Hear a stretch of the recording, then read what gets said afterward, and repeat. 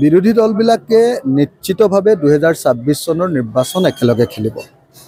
মই 100% আশাবাদী যে আমাৰ আটাইবিলাক বিৰোধী দল 16টা বিৰোধী ৰাজনৈতিক দল ঐক্যবদ্ধ হ'ব আৰু 2026 চনৰ যি বিধানসভা নিৰ্বাচন সেই বিধানসভা নিৰ্বাচন আমি বিৰোধী দলবিলাকে একেলগে খেলিমেই। মই ভাবোঁ যে বিজেপি চৰকাৰে বিৰোধী দলবিলাক একলগ হ'ব বুলি ভাবি সাংঘাতিক ধৰণে ভয় খাই আছে আৰু সেইকাৰণে হিমন্ত বিশ্ব শৰ্মাই 2026 চনৰ বিধানসভা নিৰ্বাচনত পৰাজিত হ'ম বুলি ভাবি মানুহৰ মাজত হিন্দু মুছলমানৰ ৰাজনীতি কৰি মানুহৰ মাজত জাত পাতৰ ৰাজনীতি কৰি সাংঘাতিক ধৰণৰ এটা অস্থিৰতাৰ সৃষ্টি কৰিবলৈ চেষ্টা কৰিছে।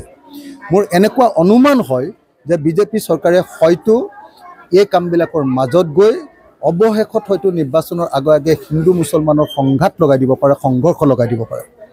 সেইকাৰণে মই অসমৰ প্ৰত্যেকজন নাগৰিকক সজাগ হৈ থাকিবলৈ আহ্বান জনাইছোঁ।